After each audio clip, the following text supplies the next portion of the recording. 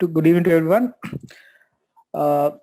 So we are just going to start another session in the PeMSAA evening talks.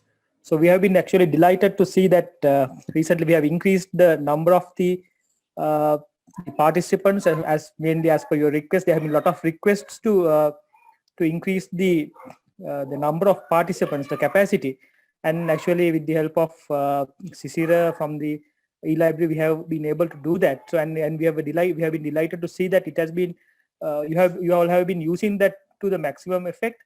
So there were like one session there were 498 students, that participants. So it's very encouraging, and I think we have a very nicely organized, very important lineup in the next few days for you as well. So the today's talk is again another very interesting talk. It will be done by Dr. Devasmika Ariyasinghe, who's known affectionately as Deva. So of course she does not need an introduction to this audience. I think you know her better than me. So she's a senior lecturer and a consultant psychiatrist attached to the Department of Psychiatry. So a very dedicated teacher and a clinician. So the topic is very interesting: communicating, about the communicating with patients. So that is, if I just take a couple of minutes, or maybe I just spend a few words, it's a very important thing, the communication, because now as one thing is, it's important for you at this stage as students as well, to get a bit better history and all.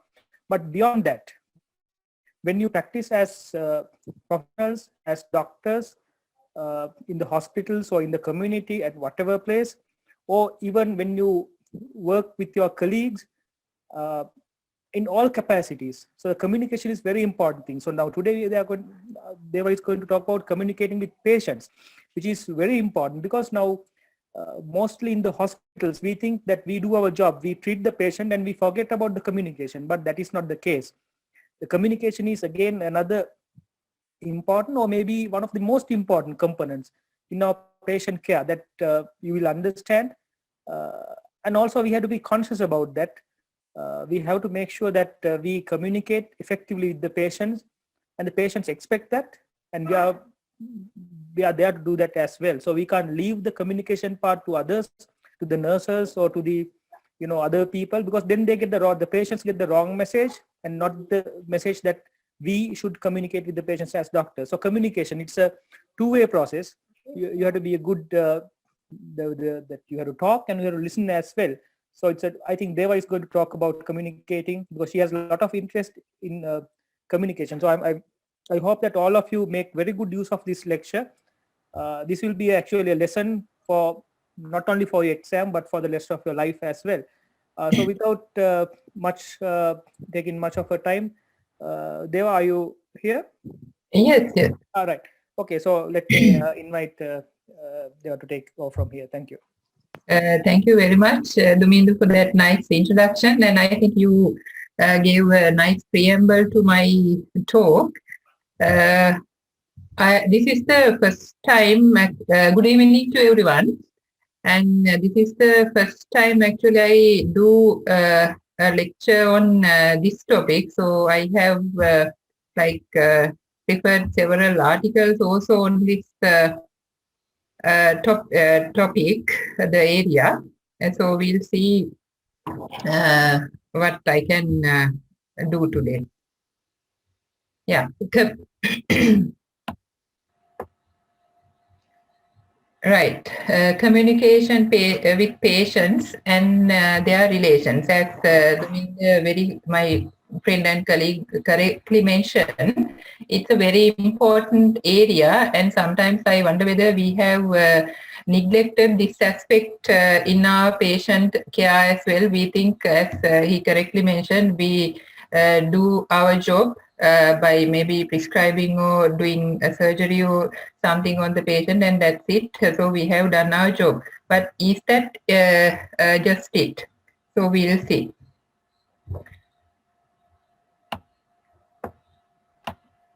Okay. Right. Actually, when I went through some literature, most of the literature says that, like many researchers have demonstrated, that the patients and or relations, they felt that their needs were not met during the consultation with the physician. And they have also noted that there is a decline in empathy and communication as trainees advance through their training. And this particular statement, which was there in one article, I found it very interesting and very useful, and also gives a very important aspect to our patient-doctor relationship. The patient is not a machine that just needs repair. This is where we have to think that we are dealing with another human being, not just a machine that is there to be repaired and then okay to say that's fine and you can go. So when someone is ill, there are a lot of psychosocial aspects to being ill. Actually, now when someone is there in front of you, with of course the list I have given, some only some I have listed. These things I have listed, it depends on the patient's illness and how he perceives it, and so on and so forth. But all these things are important in understanding the patient. The patient may feel guilt.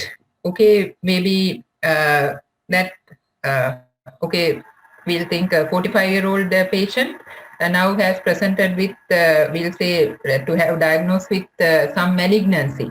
And one might say, okay, if you had done we'll say, colonic cancer, if you have got a colonoscopy done previously as instructed by the professionals, then we could have detected this early. So patient might feel guilty and also feel that I have lost a chance. To get better. So that guilt and maybe loss of control. Now that the person has to undergo all this, whatever, all those kind of therapy, now he is unable to get along with his day-to-day life. He feels that his life is no longer under control. So anger, anxiety, worry about what the future is going to offer him. Then sadness, confusion. Fear about the outcome. So now fear of death, that's a very common fear people would experience when someone gets ill, and also sometimes fear about the outcome. They know that they are not going to die of the illness, but the outcome. Maybe if I talk about my field, the psychiatry, a patient diagnosed to have schizophrenia. We'll assume that the patient, an adolescent who has done very well at A levels and enter the, we'll say, engineering faculty, and now develops schizophrenia, and he's even while on treatment, he might not be able to concentrate or study like he used to do. Now fear about the outcome. How am I going to do my studies? I can't study now. So fear about the outcome. මට මේක කරගන්න බැරි වේද? මට engineering course එක ඉවර කරගන්න බැරි වේද? Concerns about body images, like maybe after mastectomy or maybe amputation of a limb. So there are problems with their body images. Then family problems. Now, all the other things are particularly related to the patient per se, but there are a whole lot of other things which are involved. family problems. If the person has children, then responsibilities. Or if the person is going to become dependent on others, then worries over being a burden on others, and others also will worry, okay, how are we going to look after our maybe father, mother, or my husband or my wife. Then there could be associated somatic problems, loss of appetite, sleep problems, sexual problems, then loss of dignity. The person might even lose the job now that he is not able to work like he used to do. Low self-esteem, low confidence, suicidal risk. Social problems, financial problems, then prejudice, unemployment, cost of healthcare. Then lifestyle changes, the change of roles, as I mentioned earlier, inability to fulfill family, social roles. So these are just very few of the whole list of problems that the one would face when gets ill. Why is proper communication important? The quality of the relationship between the patient and healthcare professional can be therapeutic for the patient. I have written therapeutic within inverted commas. It's not that sometimes it's not going to like cure the patient, but when we treat when in our management we are not only targeting at curing illness, we target at improving the patient's quality of life, improve the patient's relations quality of life. So therapeutic means all these things are involved, not just the cure for the patient's condition.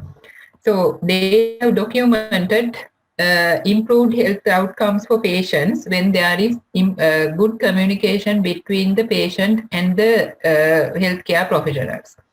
The patient experience less distress because now the doctor or maybe other healthcare professionals, they listen to the patient or they answer their concerns. They are quite they listen to their concerns, so they experience less distress. Then reduced frequency of some symptoms. Okay, maybe someone who has a chronic headache. If the doctors have explained that there is nothing finished after doing all the investigations, we'll say, assure that there is nothing wrong. What you can do is to try to get along with what you do with the symptoms. So the frequency of complaints will go down. Then actually these papers talk about reduction of blood pressure measurements and then heart rate measurements with good communication when there is proper communication between the patient and the doctors. Then improved patient satisfaction, and also it improves treatment adherence because now the patient starts to trust the professional. Okay, I think I can trust this patient, the doctor. It's also rewarding for the professional because now the patient is not threatening or demanding that we have given our maximum care to the patient. Then they might not demand us. And also we know that we have done our best to the patient. Then there will be less anxiety and there will be less burnout as well. Trust is important. And when we talk about trust, that is something we really can't demand from the other one, trust me. But we have to gain that trust from the patient and the relations. And how we gain trust is to be open about the whatever the condition, and also respect the person, the patient, as who what the patient is. Then so the patient would get the feeling that okay, this professional respects me as another human being who has my own opinions and my own values and feelings. So that respect, when the patient feels that I'm being respected by the doctor, then that will be the like initial step of gaining this trust from the patient. And gaining trust from the patient is, I mentioned, it's important, and then respecting the patient is important. When we respect someone, not only a patient, one's name, what's the person's, how old is the patient, those things are very important. Now, sometimes in our clinical practice, we tend to address our patients maybe using terms like amma, tata. So in modern day society, people like to be like young forever, or maybe they don't like to be called in other names other than their own name. So we can, I think we should start using names when we talk to the patient. Or if it is okay, we can ask the patient, how should I address you? නම කිව්වට කමක් නැද්ද, මොකද්ද කියනවට කැමති නම, something like that we can ask. Sometimes some patients might say මෙහෙම කියනවට මම කැමති, and they will be happy that we are even concerned about how we should address them. That could be a starting point, as we know anyway when we talk to a patient, that is what we ask as the first thing most of the time. Then level of education, employment. Level of education will be very helpful, as we all know, because depending on the level of education, how we interact with the patient, and also how we give information regarding their condition, we have to adjust. Not that all the patients will understand the same way of giving same information given in the same way. Then economic status, again very important, because we know sometimes some patients may not be able to afford certain investigations or maybe certain medications, but there are people who can afford. So if we are aware of their economic status, then we can see whether they can go for better treatment options, so better investigation. Social support, again important to know what we can get from what support we can get for the patient. Understanding of the current condition in focus. Now if the patient comes with we'll say lump in the abdomen, and we know that it is now we have the reports that to say it's a malignancy. But first we have to ask what when we communicate whether what the patient already thinks about it, knows about it. So that could be a starting point for our conversation, because when we have to give bad news, so divulging the patient and the relations that the person is having a malignancy is breaking bad news. So we are also anxious to give that bad news to the patient and the relations. So when we start by asking the patient and the relations what they already know, that could be a starting point to build up the conversation from there. Special needs regarding the current condition. Now, each patient is a different individual, unique individual. So what is important to one person may be insignificant for the other. One may particularly dislike or frighten of the outcome or sequelae of the condition. So we have to know what the patient's expectations are from certain condition. Again, if I go back to our specialty, patients when they become depressed, sometimes they ask, මට පිස්සු හැදෙයිද depression හැදුනයින් පස්සේ. So they are quite frightened of this word පිස්සු, which has no basis at all. So what they sometimes say බෙහෙත් වලින් පිස්සු හැදුනොත් ඒක වැඩක් එහෙම ඕනේ මට මේ depression එක හොඳයි. So for the person to remain depressed is better than what they think is pissu, which is obviously not the correct thing to say. So we have to, so other specialties also can have a lot of such examples. I'm not going to go into that, but just to give an example. When it comes to communication, actually the physician, we have to come to a balance.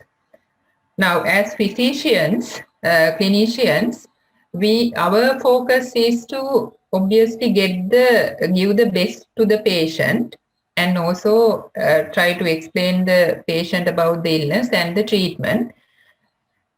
This has to balance against the patient's and relations focus on his or their perspectives of the illness, the need for information and understanding, desire to participate in the management. Now, desire to participate in the management, that's very important, because in our setup, it is usually a one-way process. I'm not saying it's the case always, but most of the time we decide for the patient. ඔයාට මේක කරන්න ඕනේ, මෙහෙම කරන්න ඕනේ, එතකොට මෙහෙමයි. So it's important to get, sometimes some patients might say මට ඒ ගැන එච්චර දැනුමක් නැහැ, ડોක්ටර් තීරණය කරන්න. So that's fine, but the patient will feel comfortable, okay, the doctor has asked me and I am part of this decision making. What the patient suggests may not be practicable or maybe even harmful, but still we have to let the patient give their opinion about their management, what their expectations are. So then, because it becomes their management as well, then it's very likely that they would cooperate with us in the management, even if the management is going to be a like long ordeal with maybe pain or vomiting or constant vomiting or something, like in maybe chemotherapy. They might still pursue and comply with the physicians because now they are also part of the management, not just a passive person who is taking this treatment because the doctor has said so. Important aspects in proper communication. Listening. I think Dumindo also mentioned this about listening. It's very important because it's not only us who would give our management plan, we have to listen to the patient's concerns as well. Then empathy. So empathy, here I have explained. It is to put oneself in the patient's shoes and see the world through the patient's eyes, so you can understand how it is to be the patient. And when you think about how it is to be the patient, all these things are important depending on the current condition that the patient has presented to us. So we have to think, okay, මෙයාට මෙහෙම වෙනවා, හරි මට මෙහෙම වුණොත් කොහොමද? So it is very important to have that empathy. Sympathy doesn't help us or the patient, because when we sympathize, we know the difference between sympathy and empathy. Empathy, we are in the same level, the patient and ourselves, but sympathy, we are at a higher level and the patient is at a lower level.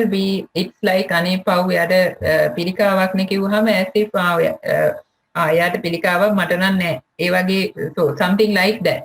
So it is not going to help us and not the patient. So empathy has to be shown during communication.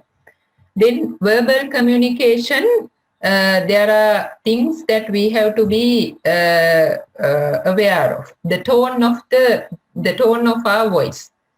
Now, I was earlier talking about addressing the patient. Sometimes we might use words, address a patient, okay, Mr. Amarasinghe, Mrs. Amarasinghe or something, but sometimes patients who come from maybe faraway places, villages, they might feel uncomfortable to be called Mr. Punchi Manike, Mrs. Punchi Manike or something. So again, rather than making the patient uncomfortable, it's the tone we use. Rather than saying Punchi Manike, behetend, that tone. We know it's rude, and the patient also knows, okay, the doctor or the health professional is maybe not in a good mood or irritated. But instead we can say, Punchi Manike chutta mehatenda. So the tone is very important. The words, phrases used, depending on the situation, we have to be mindful of these things. I'm not saying we, the experienced clinicians, we do all these things correctly all the time, but we have to, if we are mindful about how we communicate with our patients, then if we make a mistake, if we feel that we have made a mistake, then we can think of a way to correct it. So we can improve ourselves constantly. Appropriate pauses, then time for silence. Now, yesterday I saw this patient who came wailing after losing her only daughter at the age of 22 years. This happened 6 months back. So she was crying. So I have to let her ventilate her emotions. She was not talking a word, just crying. I was just listening. There was like total silence except for her sign on and off. So there are moments we have to keep silent. Not that communication doesn't mean that someone is talking all the time. Words of encouragement to clarify doubts. මොනවා හරි ප්‍රශ්නයක් තියෙනවා නම් මගෙන් අහන්න, අපෙන් අහන්න. Be aware of your own non-verbal behavior which impair effective communication. And if we have to run for another meeting or something after seeing the patient, we might be checking the watch and also maybe call while talking to the patient. And even if we don't say that, okay, it's time for me to go now, patient get these cues and they know, okay, the doctor is not paying giving his full attention to me. So they would stop talking to us. They would, the trust I was talking about at the beginning, he'll lose it. Also trying to rush the patient when the patient is talking about something, so that will again not help us in building the relationship. Looking around without making the eye contact with the patient, cues which suggest you are not confident of yourself. Now, there could be occasions, and there will be occasions where we don't know what the patient asks for. Sometimes they look for a lot of articles, so they can surf internet to look for information about their illnesses, and they might come out with certain things. Of course, we know our facts, but what they ask from us, we may not be aware. So we can say, ඒ වගේ දෙයක් අපි මම අහලා නැහැ, මම බලලා කියන්න. ඒ ගැන මම හරියට අහලා නැහැ.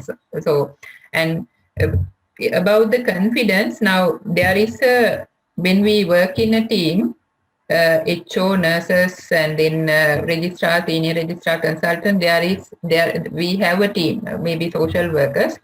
And when someone, usually what happens is the patients ask about their conditions from the very junior or maybe even from a minor staff. And they even, okay, we'll think about an HO. The HO is not very aware of the condition prognosis. He might know it that this is a maybe CA stomach, but beyond that, he might not know what to explain about the cause of the illness or the therapies available. In that case, the HO should not appear blank. He might say, mama sir අපුහම කියන්නම් එහෙම නැත්නම් madam ආපුහම කියන්නම් ඒ කට්ටියගෙන් විස්තරය අහගන්න මම ඒ ගැන කියන්න එච්චර දන්නේ නැහැ. So we have to acknowledge that we don't know everything, and patients also would know, okay, right, I can ask from the right person to get correct information. And you should never give information that you are not certain, because it will create a lot of confusion among the patient. එක doctor කෙනෙක් එකක් කියනවා, තව doctor කෙනෙක් තව එකක් කියනවා. මම දන්නේ මොකක්ද හරි කියලා.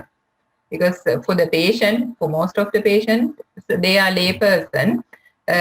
When it comes to disease conditions, they are quite alien for them. Don'ts in communication. Even if you disagree with the, it should not be there. Even if you disagree with the patient, do not criticize him. Do not command him. Okay, you have to do this. Or do not judge him. And do not tell him what to do. And this is again, I'll take an example from our side. It happens, okay, alcohol dependent patient gets admitted to a medical ward, we'll say with hematemesis. When you suggest that this condition is due to your excess drinking alcohol, it's better to stop it. And patient might say, නෑ නෑ මට ඒක ප්‍රශ්නයක් නෑ, මේ බිව්වයි කියලා මට ප්‍රශ්නයක් වෙන්නේ නෑ, මේක මේ වෙන මොනවා හරි මම මේ අහවල් දෙයක් කෑවනේ ඒකයි මේ වෙලා තියෙන්නේ. So the patient disagrees with our judgment. So we should not criticize him, saying, okay, නෑ නෑ ඒක එහෙම තමයි, මෙච්චර කී ගමනක් ඇවිල්ලා තියනවාද, ඔයා නවත්තන්න ඕන, එහෙම නැත්නම් ආයේ නවත්තුවේ නැත්නම් ආයේ මේ පැත්ත පළාතේ එන්න එපා. So that if we have that attitude and that way of communication, obviously that patient is never going to come to us again, because patients have their dignity, so they don't want to be scolded by anyone.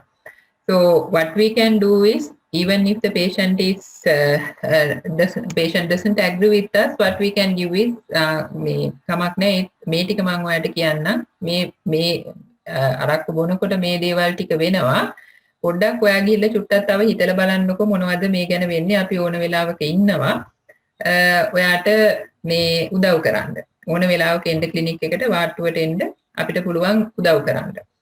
So the patient has disagreed, but by giving information without criticizing the patient, it doesn't happen with all the patients, but for a certain proportion of patients, they might go and think, ඩොක්ටර්ත් මෙහෙම කිව්වා, මට මෙහෙමත් වුණා, කීප ගමනක් මේ ඉස්පිරිතාලේ නවතින්නත් වුණා, මොකක් හරි මේකත් එක්ක සම්බන්ධයකුත් ඇති.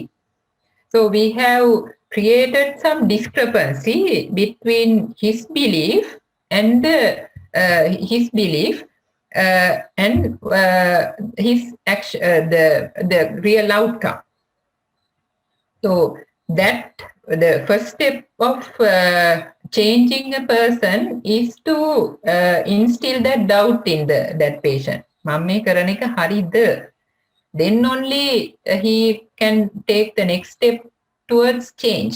So this is not only about alcohol, and some even the patients with diabetes. You might have seen so many patients coming towards without taking proper medications, and maybe not taking, not adhering to proper diet. Again, the same thing. So this way of communication will help us to take the patient towards our management goals without make the uh, patient confused, and also the patient, what should I say, without sending away the patient from our clinics. When giving information, first we have to know what we are talking about. The example I gave you, if you don't know, then let the patient know. මම එක පස්සේ ලොකු එක්කෙනකින් අහලා කියන්න. නැත්නම් ඒ ලොකු doctor ඇවිල්ලා කතා කරයි. Give simple, uncomplicated information. And we have to avoid medical jargon. Use a language the patient and the relations understand. Language here, by language I don't mean Sinhala or Tamil or English, but avoiding the technical words. And also earlier I mentioned we have to know the level of education and level of understanding of the patient. So we have to adjust the way we give information and the words we use according to the patient's level of education. That is what I meant by use a language that the patient and the relations understand, and be specific about what we talk. Encourage questions. Okay, මොනවද ප්‍රශ්න තියෙන්නේ? Check his understanding. මම මේ කියපු එක තේරුණාද? And not to rush the patient. Even if we are in a hurry, මට තව patient කෙනෙක් බලන්න තියෙනවා. මේ මං පස්සේ ඉක්මන් කරන්න. තව මොනවද තියෙන්නේ? If we are talking with the patient seated, you might be squatting now, trying to, not squatting, right? Trying to stand up. So that is non-verbal communication. You ask the patient, okay, taw monawada danaganda ona, but in your non-verbal communication, you send the message to the patient, okay, I'm in a hurry, I should go now. So patient, even if he has questions, he is not going to ask. Negative outcomes of poor communication. Discontinuity of healthcare. Then missed opportunities to improve self-care management by patients with chronic illnesses. Malpractice claims, and these articles I read, they say when there is poor communication between the patient and the healthcare professional, even if the professional has done everything in a quite appropriate way, malpractice claims is high. There is high rate of malpractice claims. Anxiety in the professional and reduced satisfaction of the self. So these are the references, and I think that is the lecture. So you can have questions. You can ask questions if you have anything to ask. Now I have asked the batch rep to be ready with maybe 2 or 3 medical students, so we can have some maybe few role plays.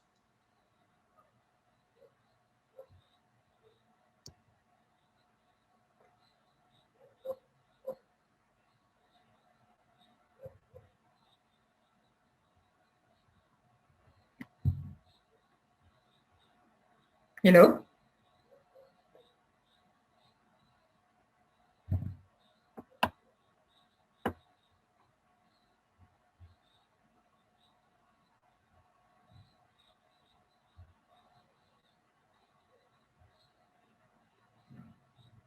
Hello.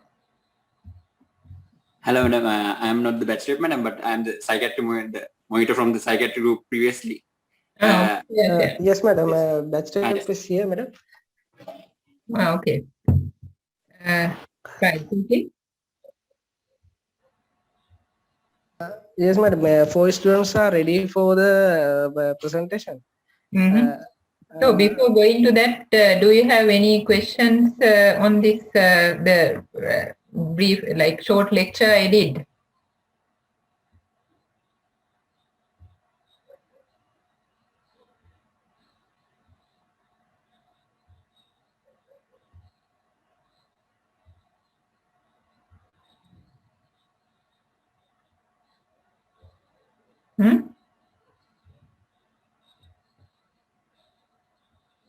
You can chat, you can send through chat, or you can ask questions.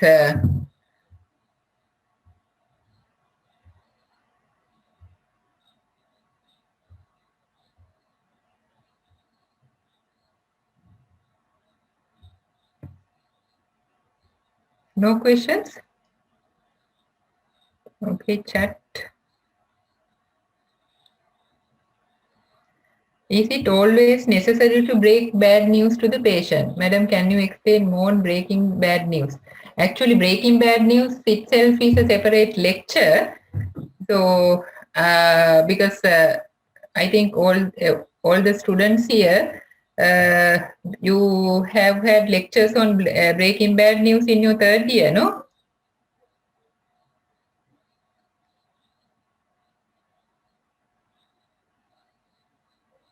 So I think if I go on to describe how to explain how to do how to break bad news, then it will take a lot of time, because if I have time, I will towards the end. But first, we'll focus on the role plays now, unless you have other questions, not about breaking bad news. Is it always necessary to break bad news to the patient? I'll answer that question. It depends on what the patient wants. Sometimes some patients might say, මට ලෙඩේ ගැන දැනගන්න ඕන. ඔක්කොම දේවල් ටික කියන්න. Some patients might prefer not to know.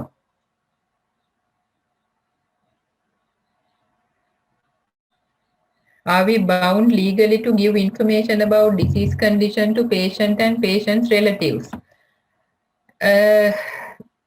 I don't think there is. Actually, I really can't understand. I really don't know about this legal aspect, whether we are bound to give information. And if they ask, of course, we have to give. About giving information to the relatives, that is again, it might cause problems sometimes if the patient is not consenting. Now, in our case, sometimes in psychiatric practice, sometimes the patient's relations might try to get information about the patient and use that information in courts of law. So unless our patients consent to give information, we don't give information about the patient. What if the family members do not want the patient to know about his condition? Do we still inform the patient who desires to know? Actually, the patient has a right to know. This is actually, I know, a common occurrence in Sri Lankan clinical practice. Patients relations might say, "Ani තාත්තට නම් අම්මට නම් මේ ගැන මුකුත් කියන්න එපා. අපිට විතරක් කිව්වහම ඇති." So we are in a dilemma whether to divulge this or not. If the patient wants to know about the illness, I think we have to tell it, because it's the patient's life, it's the patient's right to know about his condition. And if the patient gets to know, okay, I have a terminal illness, then he might be able to plan what to do in the next few months or few years that he has to live.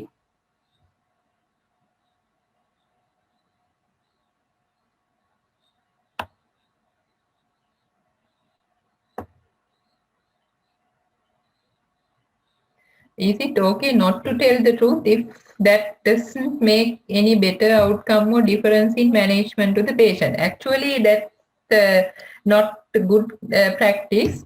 We have to be frank about the about information we give.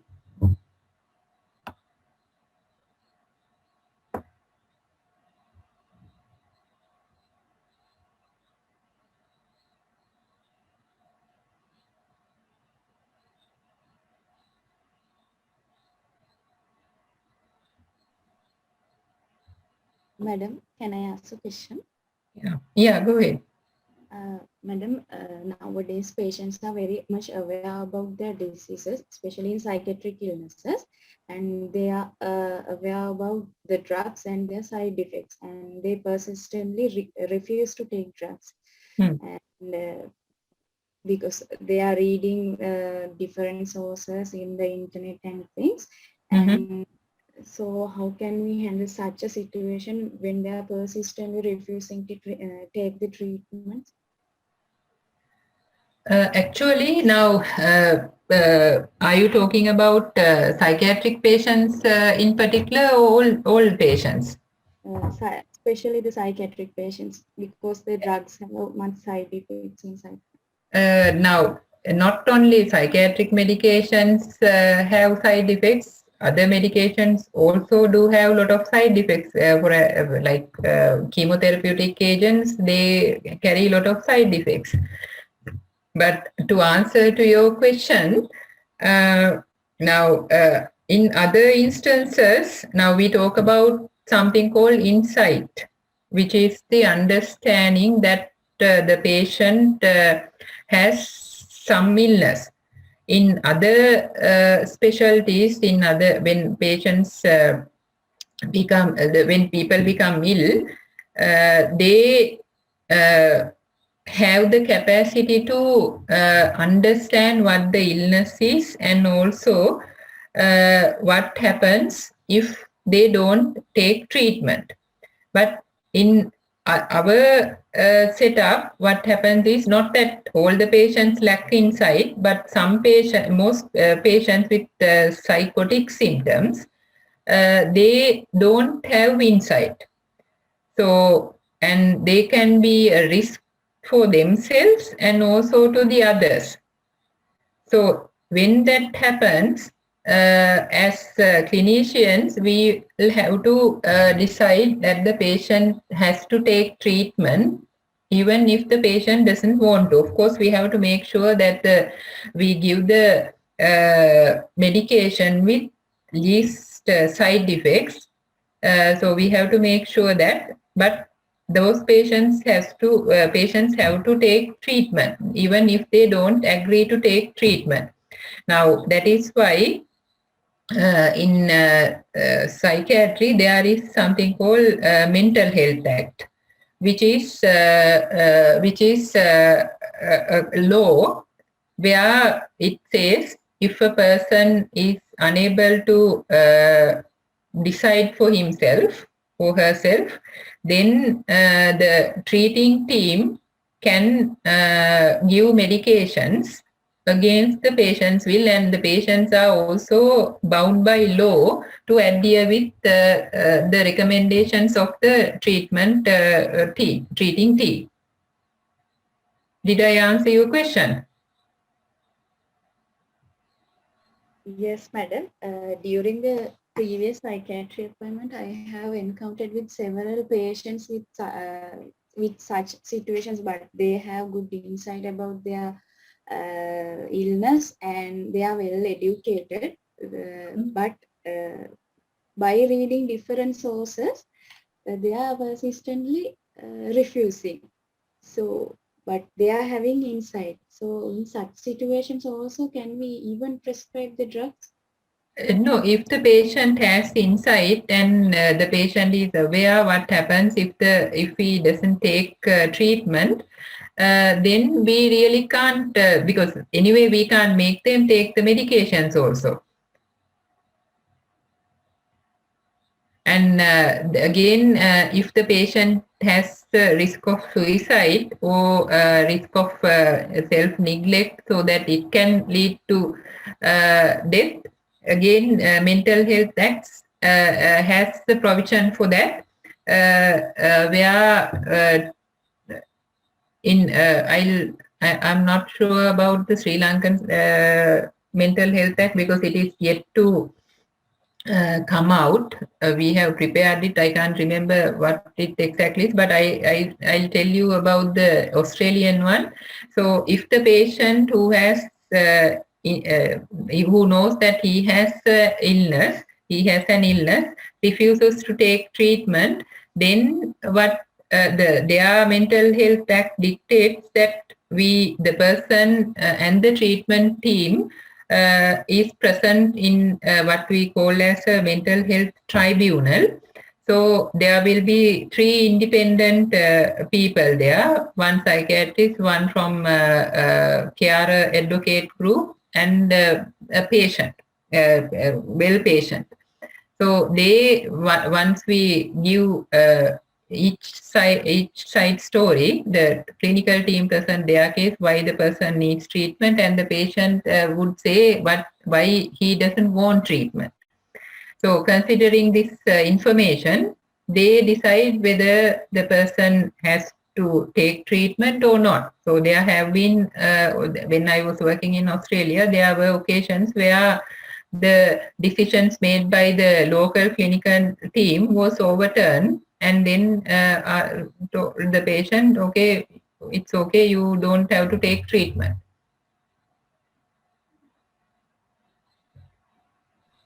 Thank you, madam.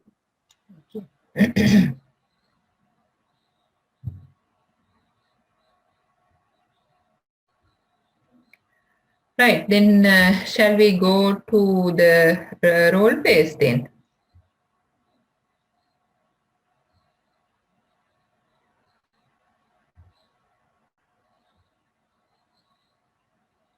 Who is going to talk to me first? Hello, madam. Hello? Madam, I'm Kamali. Tamali, okay. Thank you, Tamali, for volunteering to do this. Tamali, no? Yes, madam. Yeah, okay. Now, this is for you and everyone. This is like teaching session, training session. So it's quite normal and also okay to make mistakes. So nothing. What I'm saying, don't take anything personally. It's just to improve your like communication and whatever other clinical aspects. So there is nothing to be embarrassed about, and also there are no like laughing matters. So whatever I give is going to be constructive, are going to be constructive criticisms. Okay, Tamali? Okay, madam. Yeah, okay. Right.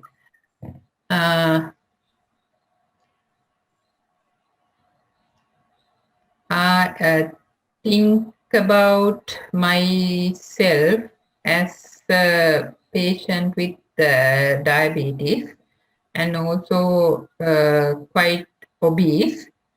Now you have to educate me about this is the first time the person during this admission only I was diagnosed to have diabetes.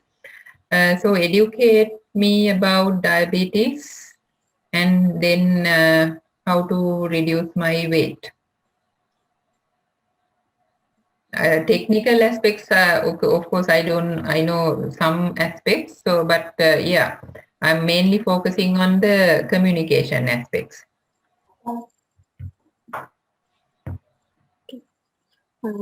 Now, take whatever I have mentioned in the lecture into consideration, and then plan how you are going to give me the information.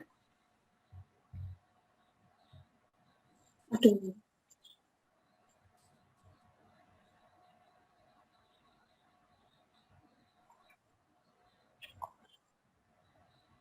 සුබ සන්ධ්‍යාවක්. මම doctor තමාලි.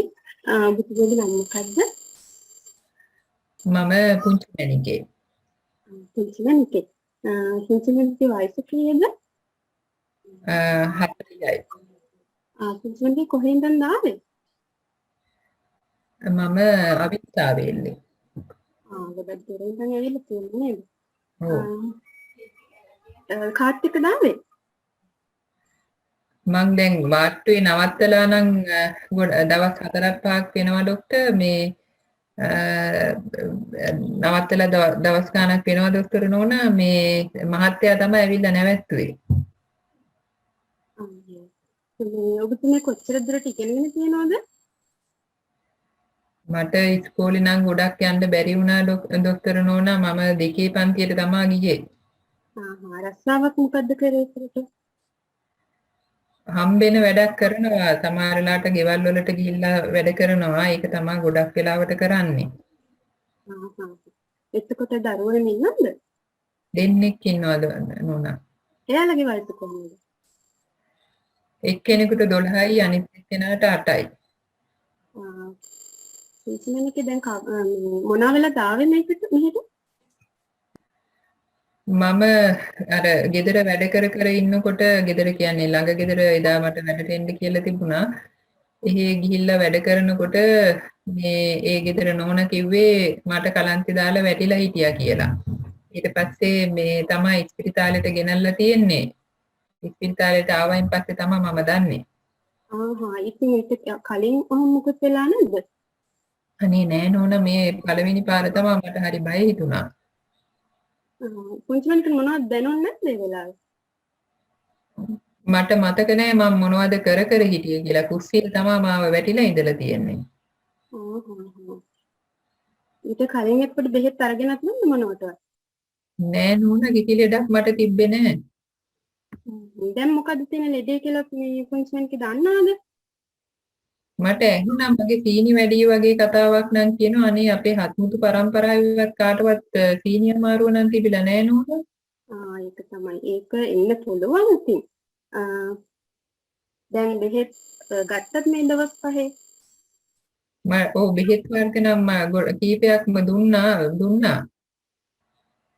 දැන් පුංචි මන්ගේ බර එහෙම අඩු කරගන්න උත්සාහ කරේ නැද්ද කලින්?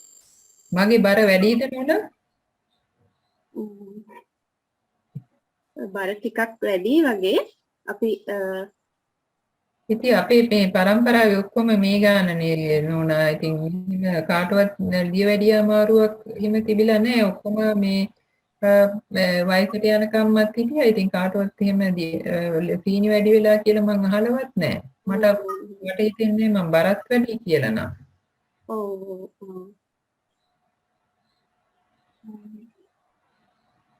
බර පුංචිමගේ බර චුට්ටක්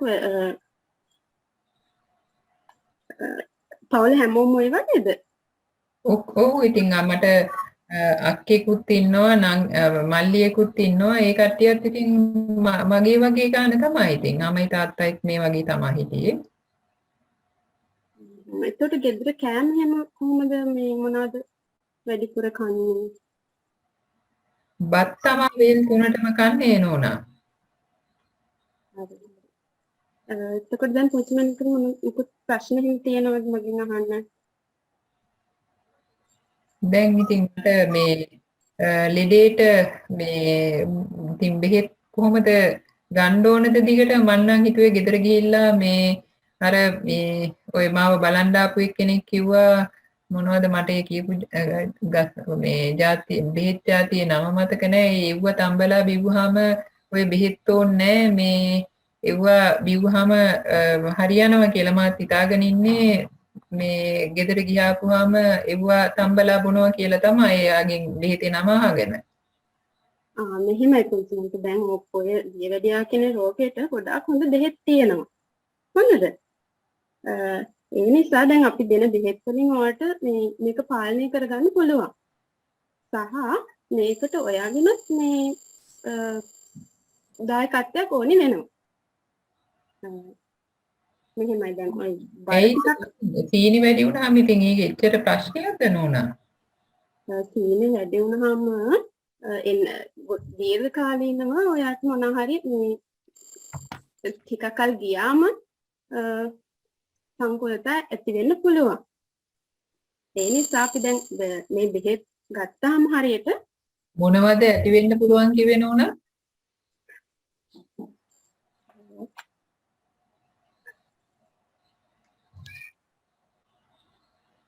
දීර්ඝ කාලීන ගොඩක් කල් මේ ඇඟේ සීනි මට්ටම වැඩි වුණාම ඇඟේ තියෙන හැම අවයවයකටම බලපාන්න පුළුවන්.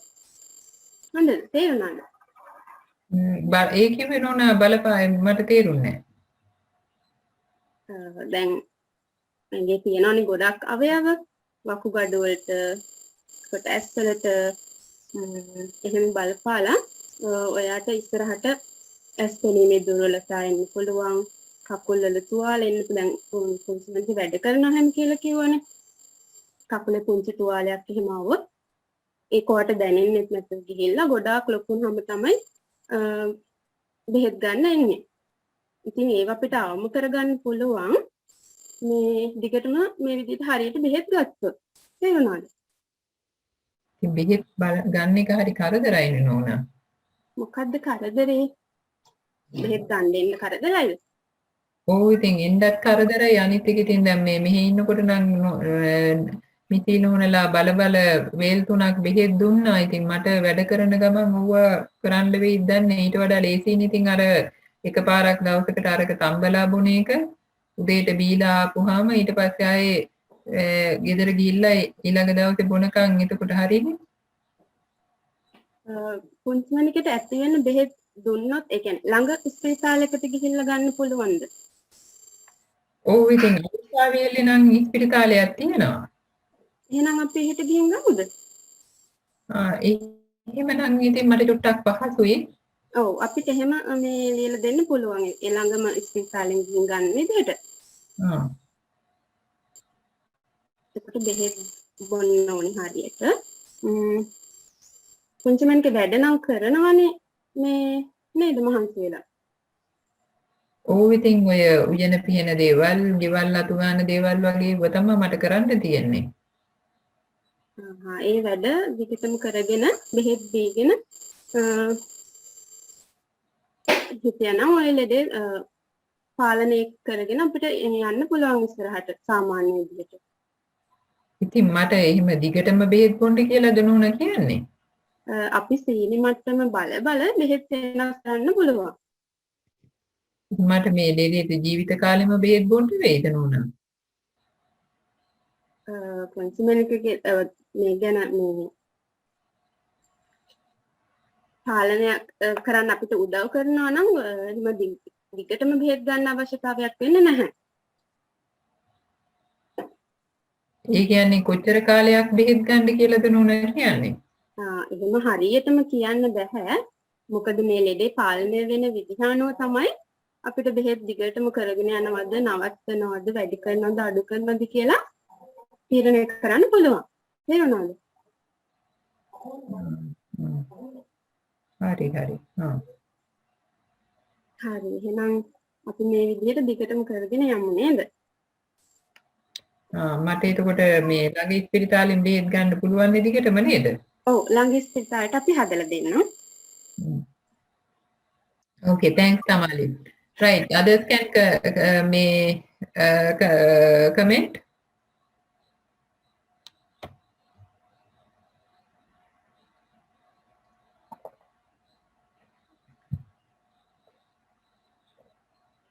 About positive aspects and then aspects that she should improve on.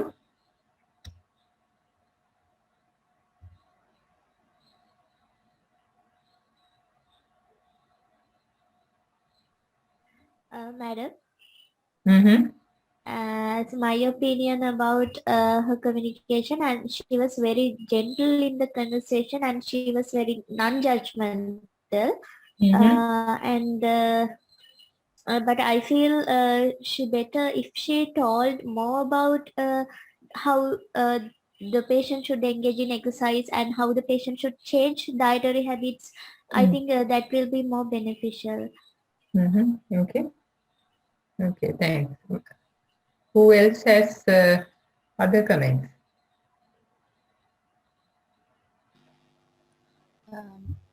I think that she took sort of a fair approach in I taking can't the hear history. you. I think that she was actually taking a better approach when she was like questioning the patient, and she was very empathizing of the patient as well. She was like putting her self into the patient's shoes and then trying to understand the situation, and then questioned regarding the illness, and then she could like inquire about the chronic disease condition and the complications, as well as the the socio-economic aspect as well, and then the mental status of the patient. So I think overall she gave a very good advice as well, and she was like sort of trying to convince the patient into taking the medication and the treatment. Okay. And yeah, she should have like she should have what? Been a bit more like professional wise. I think she should have been more straightforward. In my opinion, I think Straightforward in what? Like not being like very friendly, but at the same time like trying to give the advice like in a very professional manner, like I would say. Okay, I'll put the question in a different way. What was not professional about it? I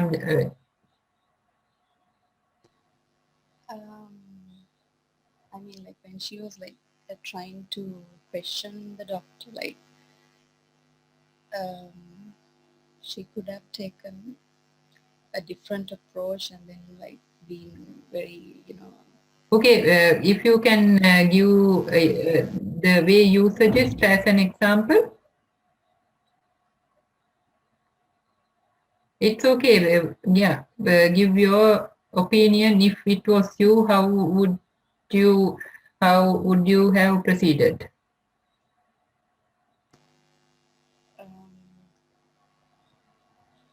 For example, when she was like repeatedly No, that's okay. Yeah, just tell me. No, I mean like when she was trying to give advice on like I can hear. Yeah. I mean, she was questioning about her about the weight. I suppose as I can remember, like she was repeatedly asking, "Am I like overweight?" And then she should have like shown some evidence of it, like, "See, this is your weight, this is your height, and this is the BMI." And then I think that you are overweight, so like you should take precautions and try to prevent further.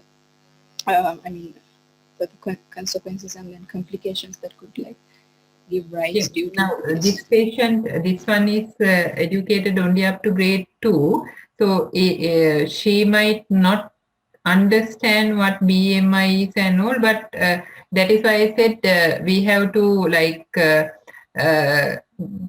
go to the patient's level when we give information. So something like, okay, bara usa mechcharai, bara mechcharai, me usa mechcharai. එතකොට මේ උස තියෙන එක්කෙනෙකුට මේ උස තියෙන කාන්තාවකට සාමාන්‍ය බර මෙච්චරක් තමයි තියෙන්න ඕන. So that's very straightforward, and patient that's very simple to understand to a person who has educated only up to grade 2. So whereas maybe some educated person, you might be able to explain what the BMI means and the normal BMI, and then what her BMI is. So ඔයාට kilo මෙච්චරක් ඔයාගේ බරට වඩා වැඩි. ඉතින් ඒකත් දියවැඩියාවට ඇති වෙන්න හේතු වෙලා තියෙන්නේ ඒක නිසා බර ටිකක් අඩු කරගන්න ඕන. So the dietary advice was not given, and when I said මගේ පවුලේ ඔක්කොම කට්ටිය මෙහෙම තමයි බරයි, ඉතින් ඒ කට්ටියට මොකුත් ප්‍රශ්නයක් නැහැනේ, ඒ කට්ටිය හොඳට ජීවත් වුණානේ. So I think I didn't get a reasonable response or explanation for that statement. So this is what happens if we don't know what to say. We just go to the next question, which should not happen during the communication, because now for the patient මහතයි කියන එකයි සීනි වැඩි වෙලා කියන එකයි ප්‍රශ්නයක් විදිහට එච්චර දකින්නේ. Of course she is worried about the fact that she lost consciousness and ended up in the hospital even without her aware of it. Isn't that so? And why I should continue to take treatment, I think Tamali explained later, but at the beginning it was not clear. And then you used the word Sankulata. Then I asked Sankulata kiyanne mokadda? So this happens to all of us if we are not very conversant with certain words we have to use on day-to-day basis, then this can happen. As I mentioned, it happens to even very senior clinicians. So the way to improve is to be critical about yourself, and then in a constructive way, I mean, and then improve on it. So සංකූලතා කියලා ඒ වචනේ මට patient තේරෙන්නේ නැහැ. මේ දියවැඩියා සීනි වැඩි වුණාම මේකට හරියට ප්‍රතිකාර ගත්තේ නැත්නම් ප්‍රශ්න ඇති වෙන්න පුළුවන්. ගොඩක් ප්‍රශ්න ඇති වෙන්න පුළුවන්. උදාහරණයක් විදිහට හෘද වස්තුවේ ප්‍රශ්න එන්න පුළුවන්. heart attack කියලා අහලා තියෙනවද? නැත්නම් පපුවේ අමාරු කියලා අහලා තියෙනවද? අන්න ඒ වගේ දේවල්. එතකොට අර පැත්තක් පන නැති වෙන්නේ අංශ භාගය වගේ තත්ත්ව එව්වා එන්න පුළුවන්. වකුගඩු මූත්‍රා හැදෙන්නේ ඒ වකුගඩු වල ප්‍රශ්න ආපුවාම ඊට පස්සේ එව්වට ප්‍රතිකාර කරන්න අමාරුයි. So simple language for this patient.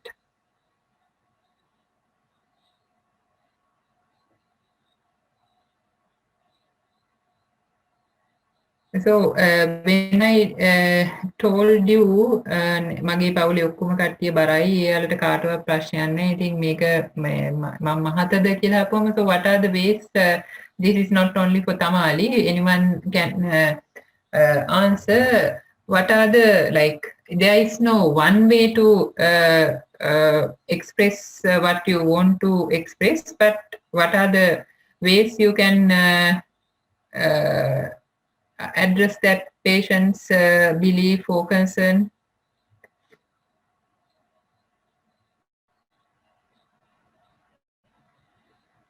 Anyone? These are like common clinical scenarios.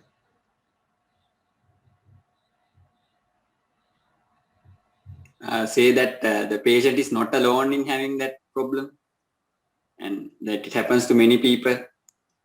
What happens to many people? That the patients, what the patient is afraid of. I mean, what Madam said was like if the patient had a concern or something, or is afraid, is afraid of the condition or the future.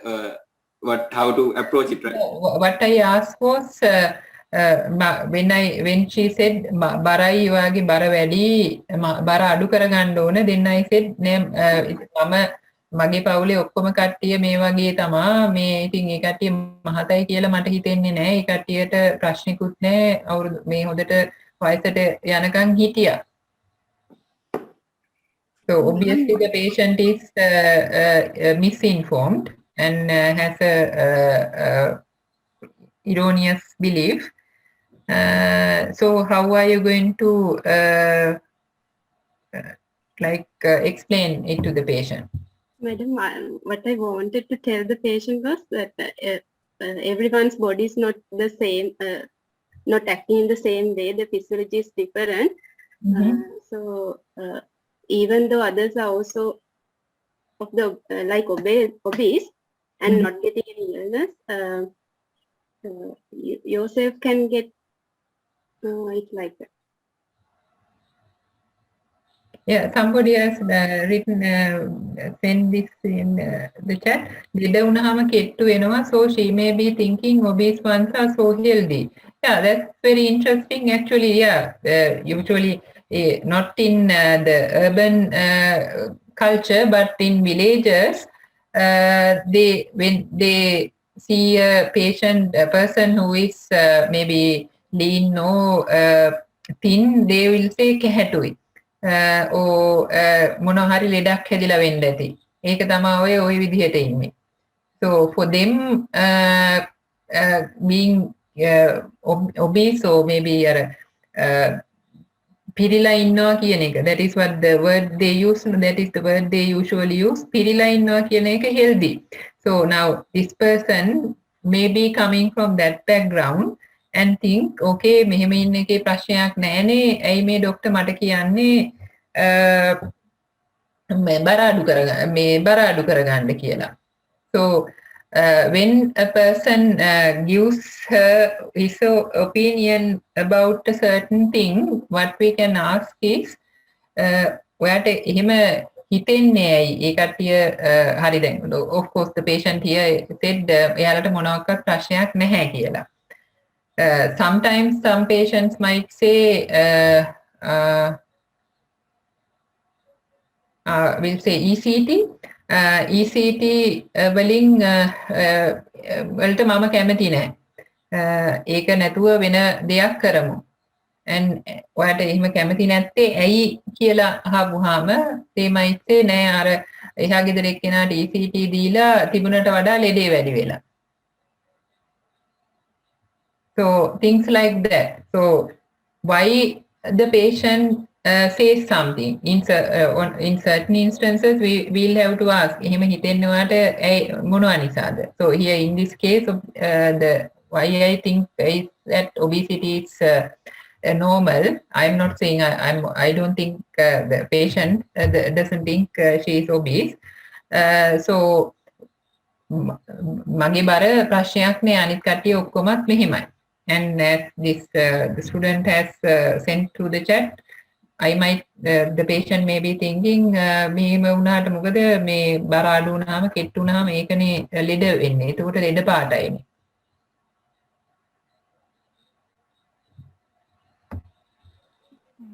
We can tell the patient, madam, that even though her family members are not having any kind of disease and obese, they might not have checked for any illness, but they may be having some kind of illnesses like diabetes. They have not checked.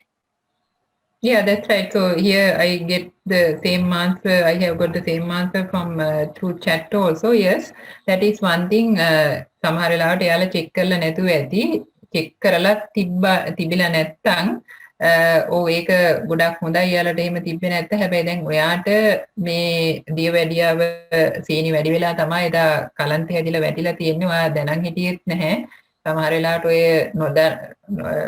නොදන්න කියන තැනක වැටුණා නම් ඔයා කවුරුත් දන්නෙත් නැහැ ඔයා වැටිලා ඉන්නවා කියලා. ඒකෙන්ම උනත් ජීවිතේ නැති වෙන්න තිබුණා. එහෙම නැත්නම් ඔයා මේ අනතුරක් වෙන්න තැනක වැටුණා නම්, බස් එකක වැටුණා නම්, එහෙම නැත්නම් පාරේ යනකොට වැටුණා නම් සමහර වෙලාවල් වලට එතනින් ඇක්සිඩන්ට් එකක් වෙලා වෙන මොනවා හරි වෙන්න පුළුවන්. So you give information about the seriousness of her condition. ඉතින් ඒ කියන්නේ අනිත් අයට ප්‍රශ්නයක් නැති වෙලා තියෙන එක හොඳයි. හැබැයි ඔයාට දැන් මේක ප්‍රශ්නයක් වෙලා තියෙනවා. ඒක නිසා මේ ඒකට අඩු කරගන්න මේ ප්‍රශ්නේ ඉස්සරහට නොවෙන්න එකට ගොඩක් හොඳයි ඔයාගේ දෙහෙත් ටික බොන එක සහ බර අඩු කරගන්න එක. And then බර අඩු කරගන්න එකට you have to give like technically correct instructions.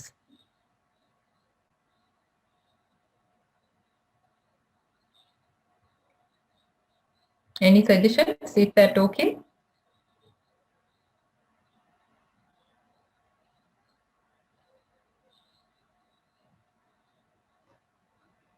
Now you can see there are so many aspects when you give information to a patient. It's not just saying whatever you know. You can't use the same language, same way when giving the same information. The information we give is the same sometimes, but the way you give it should be different depending on the patient's condition, patient's socio-economic, mainly level of education and understanding. Right. Now I'll go to psychiatry related topic.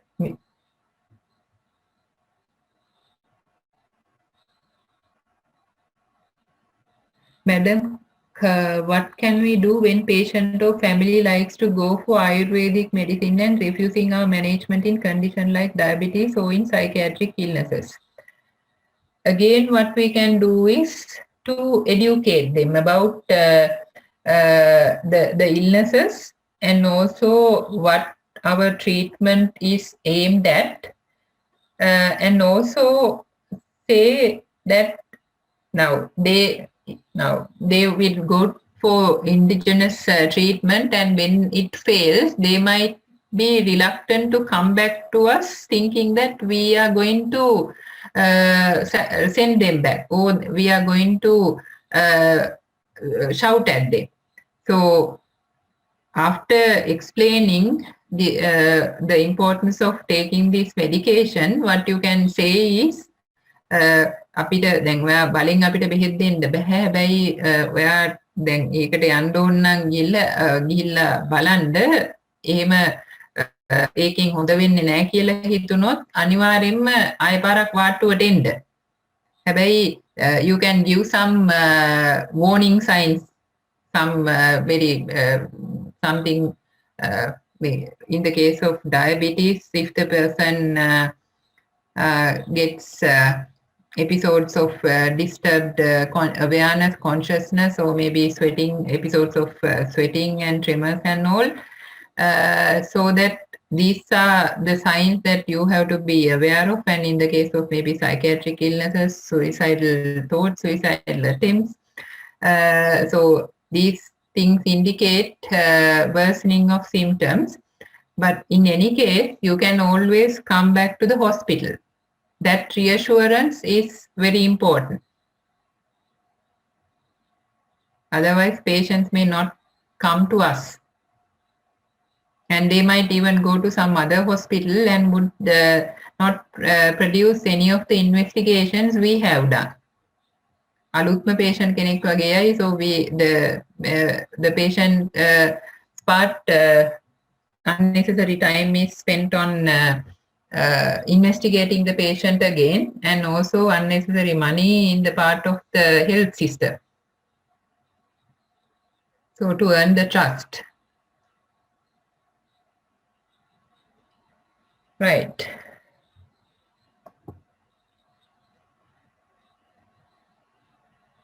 Who is going to talk to me next?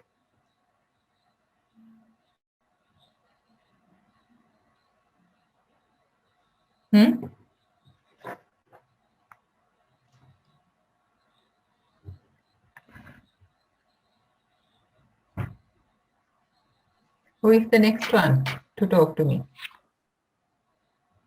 Oh, Madam, me. I'm Krishmal. Hello, Krishmal. Right. Again, thank you for volunteering to be the doctor. Right. This okay. I'm the patient. I am being referred to you after being admitted to the toxicology ward.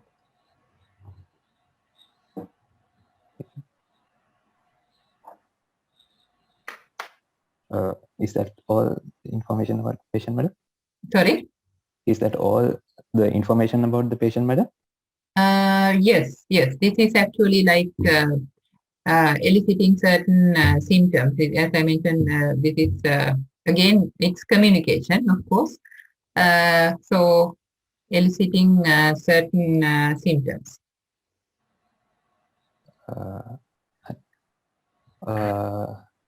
හරි. හරි. ඔයාගේ නම කියන්න පුළුවන්ද? මාලනී. මාලනී. හරි මාලනී. මාලනීට දැන් වයස කීයක් වෙනවද? 25යි. 25යි. හරි. මොනවා වෙලාද මාලනී ස්පිරිතාලයට ආවේ?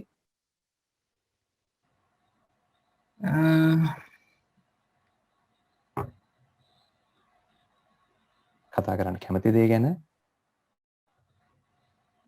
කතා කරා කියලා ඉතින් අනේ මන්ද මේ මහත්තයෝ වැඩක් වෙයිද කියලා මෙහෙමයි. දැන් මාලනීට තියෙන ප්‍රශ්නේ මොකක්ද කියලා කිව්වොත් අපිට උදව් කරන්න පුළුවන් වෙයි මාලනීට සමහරට ඉස්සරහට මාලනීගේ වැඩ ටික කරගන්න. මොනවා වෙලාද ස්පිරිතාලයට ආවේ? මේ සුඩ පැනඩෝල් තුනක් තිබ්බ මං ඒ තුනම බිව්වා ડોක්ටර්. පැනඩෝල් කාඩ් තුනක් තිබ්බා. කාඩ් තුනේම තිබ්බ පැනඩෝල් ටික බිව්වා. ඔව්. ඇයි මාලනී එහෙම කරේ?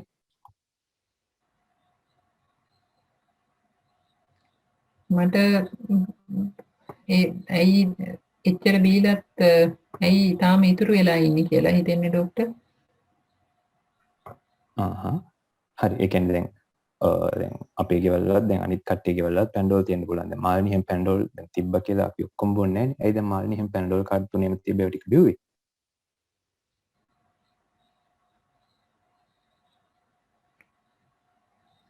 ප්‍රශ්න ගොඩක් තියෙනවා ડોක්ටර්. ඉතින් මොකටද ඔව ගැන හිත ඉන්නේ කියලා මට හිතුණා. ඒ කියන්නේ මාළනී හිතේ කලකිරීමෙන්ද ඉන්නේ? ඔව් එහෙමත් කියන්න පුළුවන් ඉතින්. මාළනී කැමතිද මාළනීගේ හිතට දැනෙන විදිහ කොහොමද කියලා කියන්න?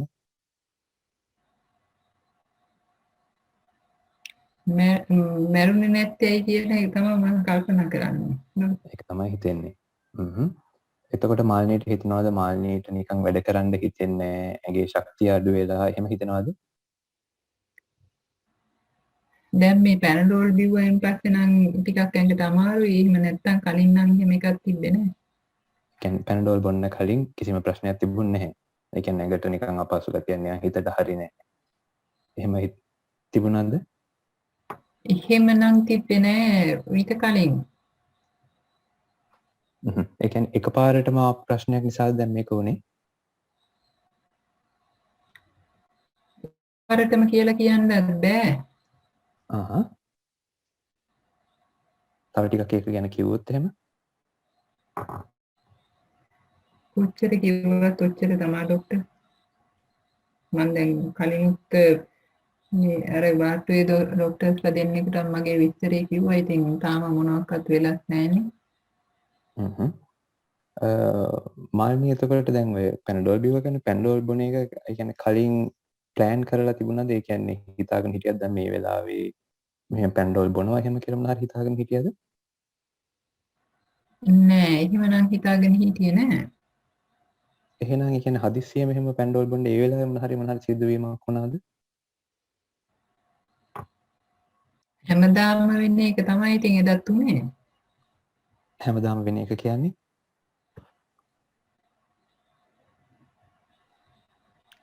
මහත්තයා හැම වෙලාවෙම මාව සැක කරනවා. ඉතින් හැම වෙලේම රණ්ඩු වෙනවා.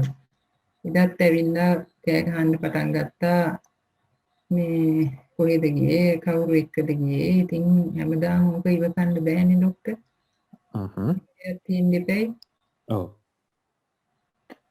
මාළනීට දැන් කලිනුත් ඔය වගේම හිතලා තියෙනවද ජීවිතේ නැති කරගන්න වගේ එහෙම දේවල් හිතලා තියෙනවද කලිනුත්? හිතච්ච වෙලාවල් නම් ඉතින් ඕන තරම් තියෙනවා. ඉතින් ඔය අර පොඩි එකා ගැන හිතලා ඉන්නවා. කලින් එතකොට එහෙම හිතුණාට මුකුත් එහෙම දේවල් කරලා නැහැ. නෑ. එදා මට ගැහැව්වත් එක්ක එදා ඒකෙන් තමයි මට හොඳටම එපා වුණේ.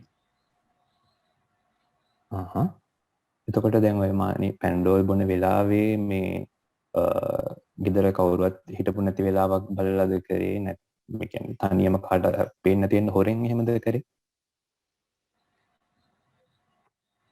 එහෙමනම් කියලා විශේෂයෙන් මං හිතුවේ නෑ. මට හරිවර වෙලා මනුස්සයා එළියට ගියා. ඊට පස්සේ ඉතින් කාඩ් එක ටික දැක්කා මිනිසුද මං ලිව්වා. මාළනී දැන් පැන්ඩෝල් බීලා ඉවරලා බලාපොරොත්තු වෙන්නේ මහත්තයාට පාඩමක් උගන්වන්න වගේ දෙයක්ද? නැත්නම් ආයෙත් මෙහෙම දෙයක් පැන්ඩෝල් බීවට පස්සේ ආයෙ මෙහෙම දෙයක් වෙන්නේ නැති වෙයි කියලා වගේ අදහසක් තිබුණාද මාළනී? මොකටද මහත්තයෝ එක එක්කෙනා ડોක්ටර් කාටවත් පාඩමක් උගන්වන්නේ? මට ඕන මේ කරදරේ නැති කරගන්න. මාළනී හිතනවා එතකොට පැන්ඩෝල් බීලා ඉවරලා පැන්ඩෝල් බීලා මොන හරි වුණොත් එහෙම එතනින් මේ ප්‍රශ්න ඉවර වෙයි කියලා. වෙන මොකද්ද මහා ડોක්ටර් මේ පොලිසියට ගිහිල්ලා කිව්වා ගහනවා බනිනවා සැක කරනවා කියලා යන හැම පාරකම ගිහිල්ලා ගියාපුවාම සමාදාන කරලා එවනවා. මේ කිසිම පිටක් නැහැ. මට කොහෙටවත් මගේ ගෙදරකට යන්න දෙන්නෙත් නැහැ. ඉතින් වෙන මොකද්ද මට තියෙන මේ හවුහරන්නේ? මාළනී එතකොට දැන් ඔය පැන්ඩෝල් බීලා ඉවර වෙලා මාළනීට මොකද උනේ ඊට පස්සේ කොහොමද ස්පිරිතාලට ආවේ? මං හිතන්නේ වාමනේ දාන්න පටන් අරන් තිබුණා ඉදාරේ. ඊට පස්සේ මහත්තයාම තමයි එක්කගෙන ඇවිල්ලා තිබ්බේ. කාට හරි කිව්වද මෙහෙම පැනඩෝල් බිව්වා එහෙම මොන හරි කිව්වද කාට හරි? නෑ. කාටවත් කිව්වේ නැහැ.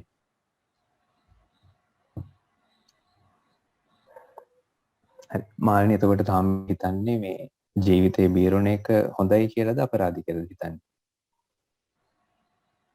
නෑ ඉතින් ආයෙ අර ගෙදරට යනවට වඩා නම් හොඳයි මොනවා හරි එකක් වෙන එක. මොන හරි එකක් වෙන එක කියන්නේ? නෑ ඉතින් මේ මැරෙන එක. ඒ ගෙදරට මම යන්න එපේ මං ආයේ.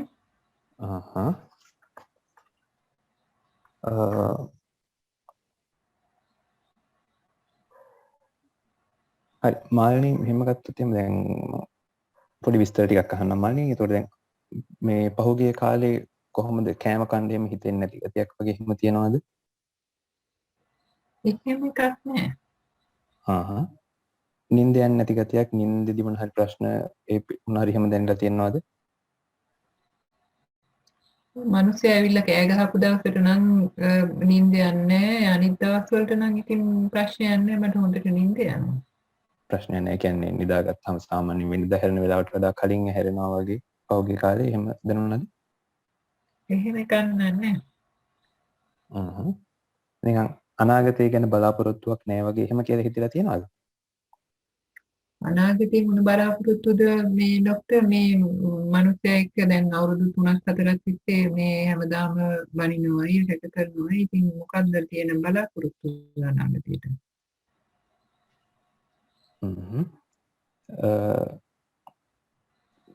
ජීවත් වෙලා වැඩක් නෑ කියලා වගේ එහෙම හැඟීමක් තියෙනවද? නැත්නම් පහුගිය දවස් ටිකේම තිබ්බද? නැත්නම් මේ දා ප්‍රශ්නෙන් පස්සේ දායෝක?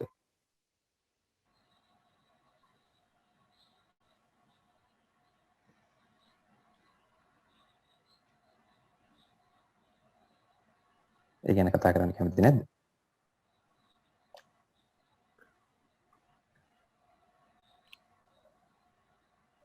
හරි අපි මෙහෙම කරමු. දැන් මාළනීට අවුරුදු 25යි. දැන් ළමයෙකුත් ඉන්නවා කියන්නේ මාළනීට.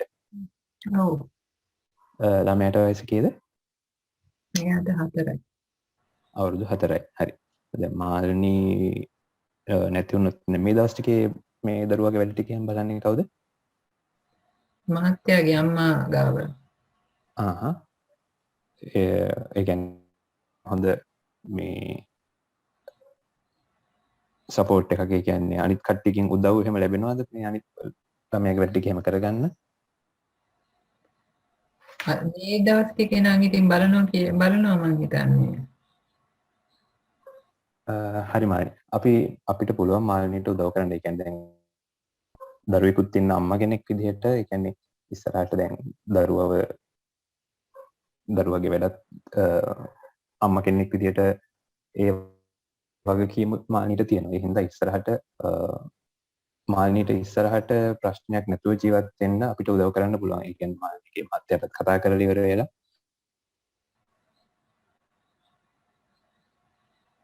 ඒ දේවල්වලට අපිට උදව් කරන්න පුළුවන්. හැබැයි දැන් මේ වෙලාවේ දැන් මානීගේ තත්ත්වෙත් එක්ක මම හිතනවා මේ බෙහෙත් ගත්තොත් දැන් මේ මානීව හිතන විදිය ඒ දැන් මේ සිද්ධියත් එක්ක බෙහෙත් ගත්තොත් හොඳයි මානීට ඒකෙන් උදව්වක් වෙන්න පුළුවන් කියලා. මොනවටද මට බෙහෙත් දෙන්නේ? ඒ කියන්නේ දැන් මානී ඉන්න මානසික තත්ත්වයත් එක්ක කියන්නේ දැන් අපි දැන් ඉන්න හැමෝම දැන් තමන්ගේ ජීවිතේ නැති කරගන්න හිතන්නේ නැහැනේ. ජීවිතේ නැති කරගන්න හිතන එක අපිට සමහර වෙලාවට ඒ මොලේ තියෙන රසායනික ද්‍රව්‍ය වල කියන්නේ මොලේ වෙන වෙනස්කමක් හින්දා එහෙම වුණා කියලා කියන්න පුළුවන්. ඒ හින්දා ඒ දේවල් හරියට හදාගෙන ප්‍රශ්න ඒ කියන්නේ කලින් ඉස්සරහට හොඳට ජීවත් වෙන්න මානසික උදව් කරන්න පුළුවන් අපිට. Okay, thanks, Fishmal. So, comments from the others?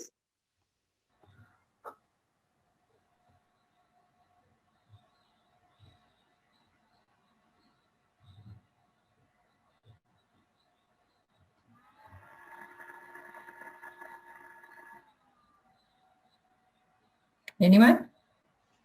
Again, like in the previous role play, comment about the positives and the negatives of the conversation.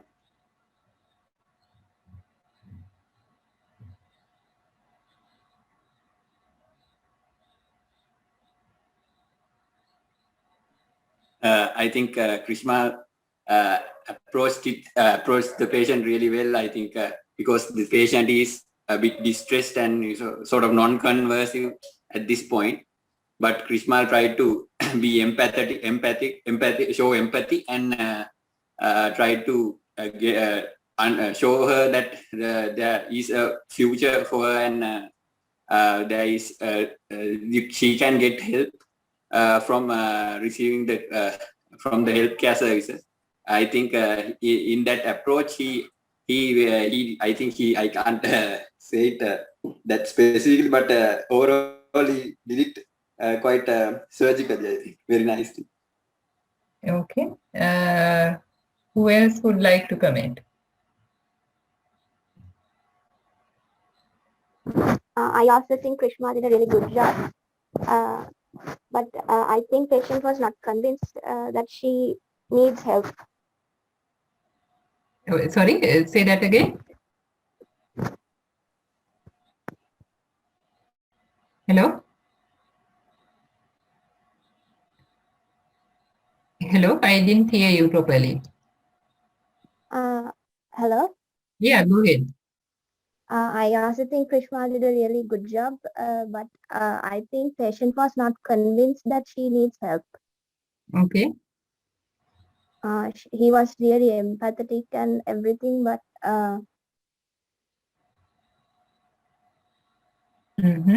but I think the patient always thought the fault was patient was the victim and she didn't have any choice other than to opt for this. So I think patient should be convinced better than that. Okay, who else would like to comment? I think Madam Krishmal did the conversation really well. One point to add, he might have asked the patient about in a some sort of a lean way that what is her husband and what is his job and his background, and to get a clue that why according to the patient why the husband comes and always cause harm to her, so that he would have used that information to measure and identify what sort of situation that the patient had faced to have those paracetamol and become overdosed. Okay. Other opinions?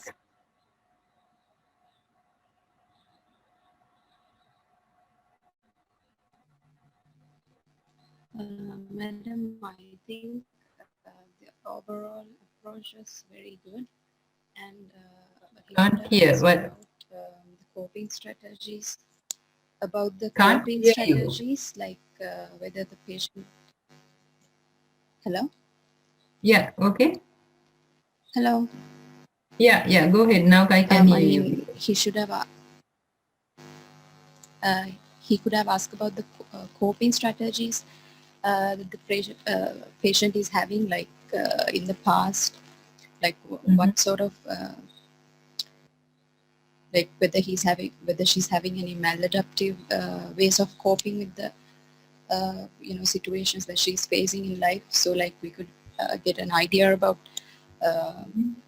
the whole picture, and then like decide whether specifically this incident has caused this, or whether she was like that before, prior to this incident. And we could get an idea about the personality factors as well, like whether she was like person who is more prone to get depression, or like whether she has like a attention seeking sort of personality like that. Right. Now, at one point, when you asked, I can't remember now.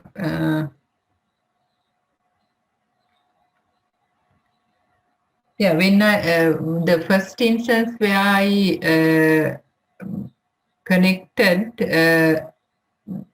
the husband's behavior, when the patient connected the husband's behavior to the patient's taking this paracetamol, you asked about whether I wanted to die, the patient wanted to die, or she wanted to threaten the husband. Yes, madam.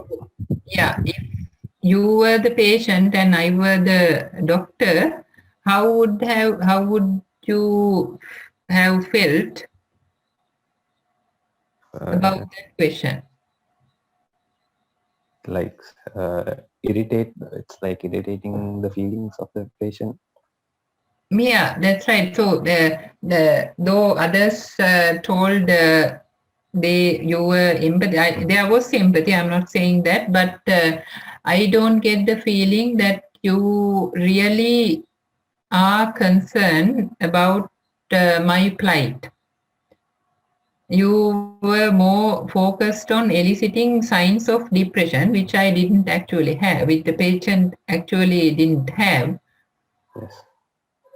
So this is what happens to most of you when you talk to the patient and patients in the wards, and also when you do your cases in the exams.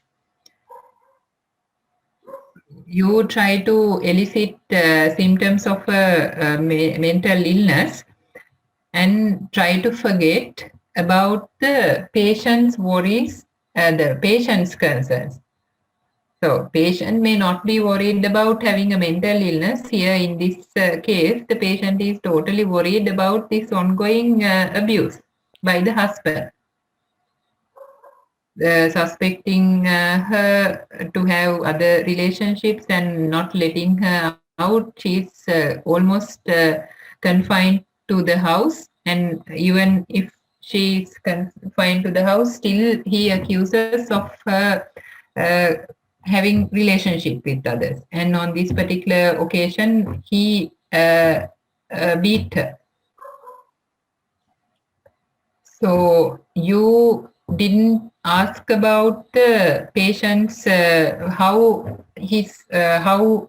this relationship has been over the past few years and how she felt about it.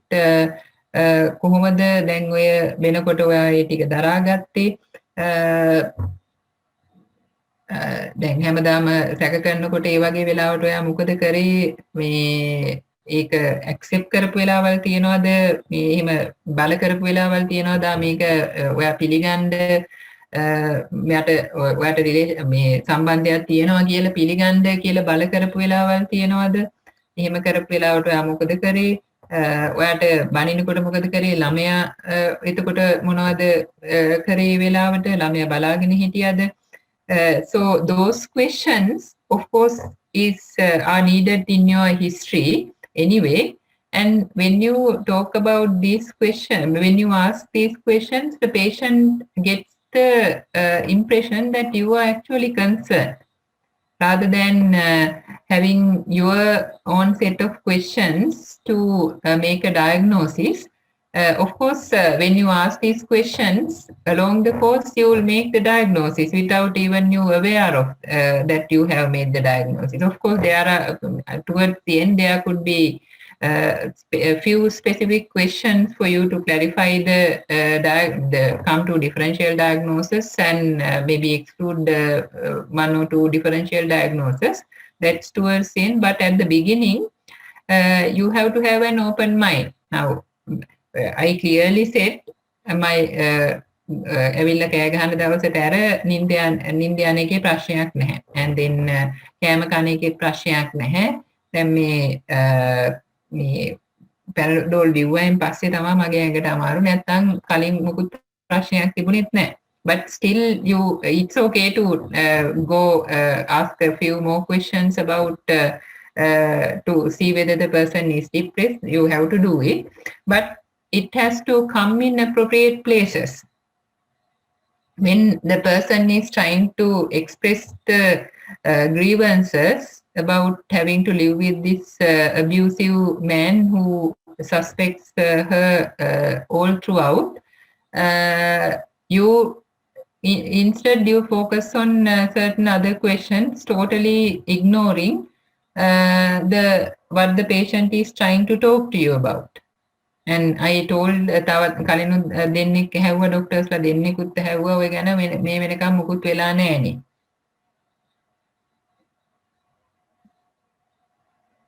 මහත්තයා බෙහෙත් ගන්නවද කොහොමද?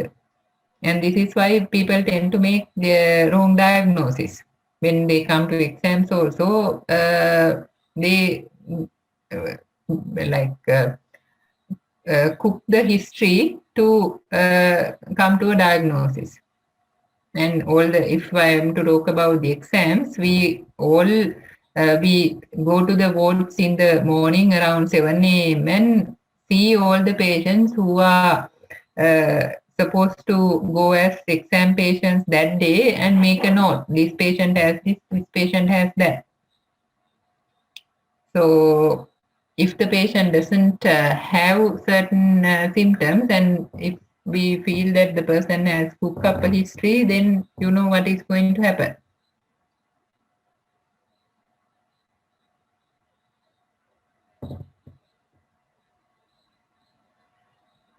Have a humanistic approach. මේ patient කොච්චර suffer කරනවද? Can I understand the person suffering? Okay, madam. But what do you think about my comments, Krishmal? Do you have any comments about it? Yes, I agree with that, madam. I also after finishing the conversation, I feel like I have to more convince about her grievances rather than going through my set of questions.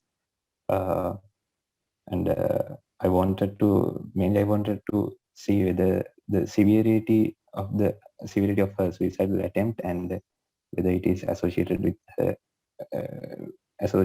a depressive condition.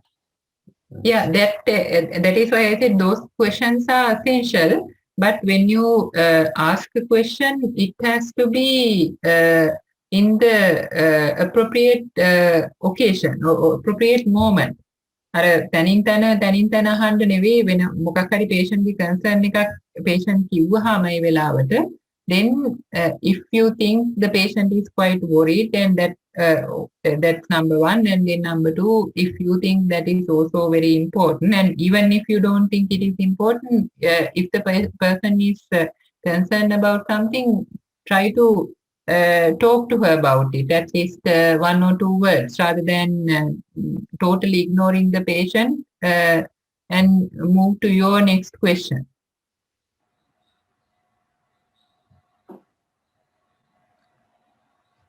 Okay, madam.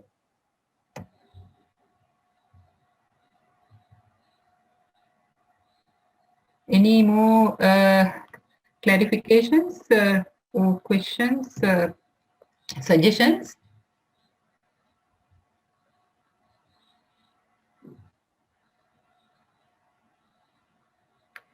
Last week, or yeah, I don't know, the last week or the maybe the early this week, I talked to Dulan, no, the rep.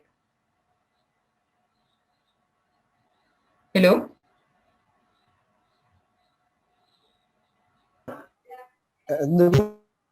Madam. Dumidu, sorry. Dumidu, yes. I'm very bad with names. Yeah, Dumidu. Yeah, Dumidu, I told that day, if you want a few more sessions like this, I'm happy to do it.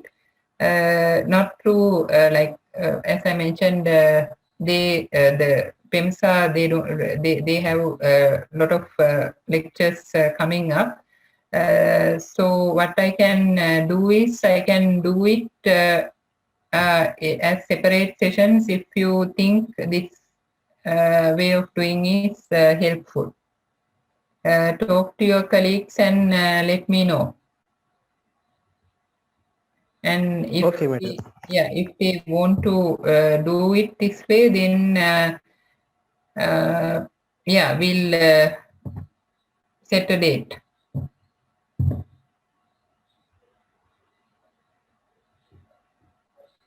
Right. Okay, then. Shall we finish the session then? It's it's 9:50. Okay, Devas. So thank you very much. Then I'm Tushara here. So yeah, so thank you very much, Deva, for that difficult topic. You have tackled very well, and I must thank you on behalf of PeMSAA for taking time and helping the students. So I'm sure the students would like to have another session, but through PeMSAA, as you said, we'll not be able to provide you the time for the time being. But with time, probably we can have another session for you. Okay, so thank you very much again, Deva. Okay, students, thank you. Good night to everybody. Okay.